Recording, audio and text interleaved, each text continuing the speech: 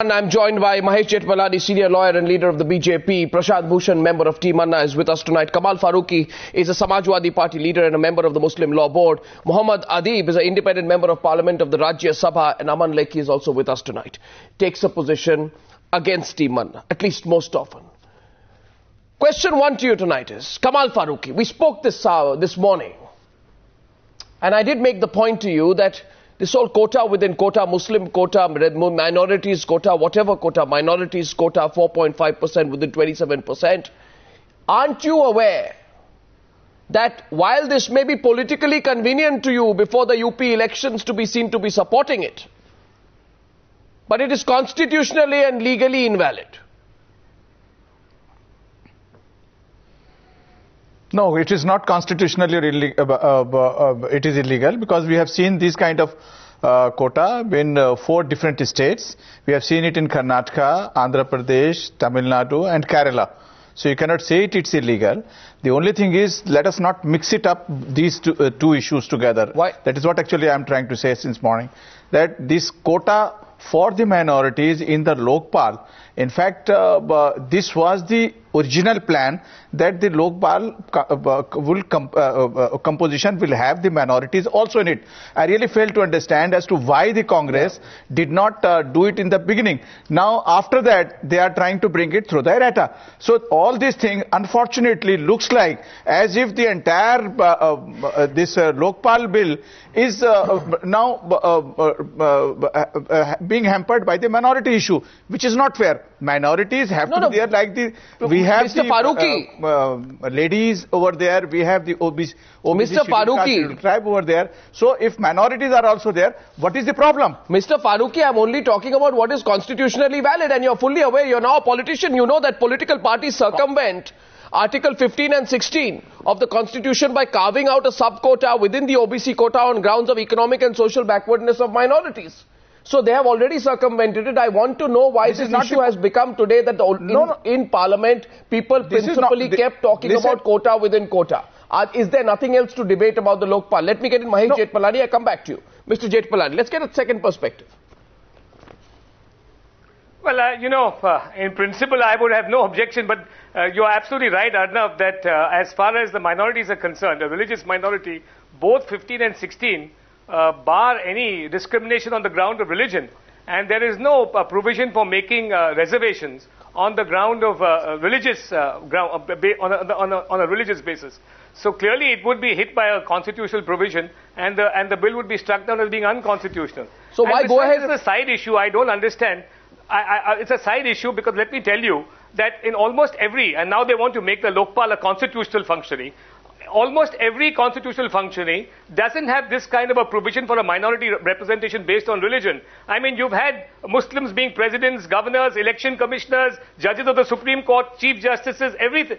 So I don't see why you need a specific provision, because the minority community has men of talent, and they will undoubtedly, by virtue of their talent, occupy positions within the Lokpal. I don't think you need a special reservation which will render the bill unconstitutional. No, it renders the bill unconstitutional. The principal part of the debate goes into this issue.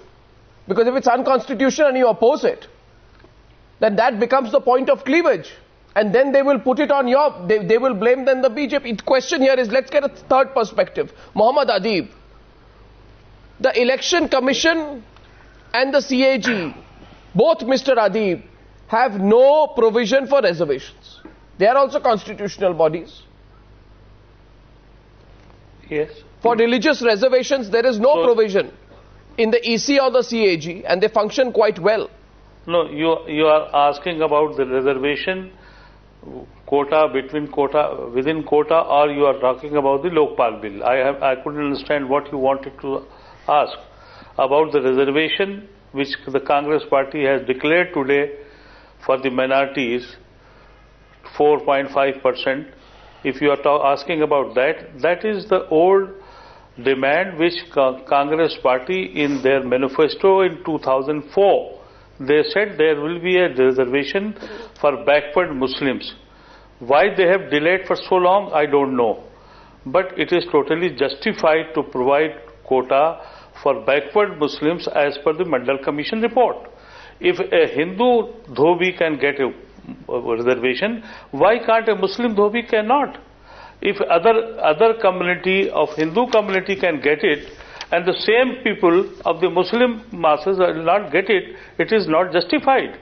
So they have done it, but at under the time Article of election, 16, so there are certain under Article questions. 16 of the Constitution, Mr. Adib, Yeah. under Article 16 of the yes, Constitution, yes.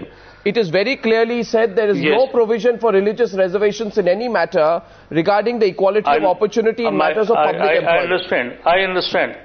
I understand. If you are saying this, then you know what happened to Dalit who have converted to Buddhism, who have converted to Sikhism, and who have converted to Hinduism, have got reservation and all privileges. But the Dalit who have wanted to convert to Muslims or converted to Christianity, please listen to me. At the last minute?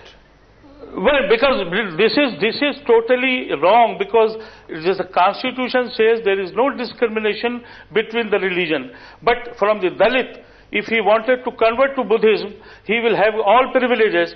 But if he wanted to convert to Islam, then all privileges has been taken out. Is it not a religious bias? Don't tell me that this is according to the Constitution. Right. This is simple question. Judge Mandal Commission has provided 27% reservation for backward communities who are socially, educationally and financially backward, and who are, out of which 8.5% are reserved as per Mandal Commission for the minorities. Okay. Out of 8.5, they have given it 4.5%. It's okay. I don't think there is any unconstitutional thing in it. Nothing unconstitutional. Yes, Mr. Faruqi. I'm really just yes, Mr. I'm really confused about what Adib Bhai has said. I agree with him. I'm really confused. Are we discussing reservation or are we discussing the Lokpal? If we are discussing Lokpal, it's a different thing. If we are discussing reservation, then it's absolutely a different thing.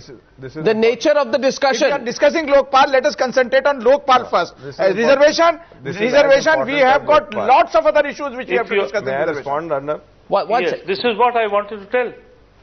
Mr. Faruqi, let me make a point clear to you. May I respond? This issue is political cannon fodder for the opposition. And I'm sure you're aware of that. And therefore, there will be the worry that on two issues tomorrow in Parliament, one is Article 252 and the other the question of religious reservations, the focus will shift to that, willy-nilly. And hence we will of course discuss the other issues on the Lokpal as we have always been doing. But these two issues threaten to torpedo the debate in Parliament. Let me go across to Navika Kumar in Parliament. Navika, haven't these two issues taken centre stage somewhat? Absolutely, Arnab. Today, if anybody witnessed the debate that was on in Parliament, the entire day just went past even before the bill could be introduced in Lok Sabha. We heard long speeches, first from Lalu Prasad Yadav, Mulayam Singh, then there was an adjournment. The government went back into a huddle. They called all the leaders. The word minority in the reservation category was something that had created such a big hullabaloo that nobody even looked at the merits of the bill, something that everybody had been talking about. The bill was about fighting corruption. Only issue that was discussed, at least in the first half of the day up to 3:30, was the issue of whether or not minority reservation would be part of the reservation, and that became the center point of the discussion. And then, of course, the entire issue, as you said, of Article 253, under which this law has been brought, making it binding on the states, and clearly the BJP as well as smaller parties, whether it is the BSP or the AIADMK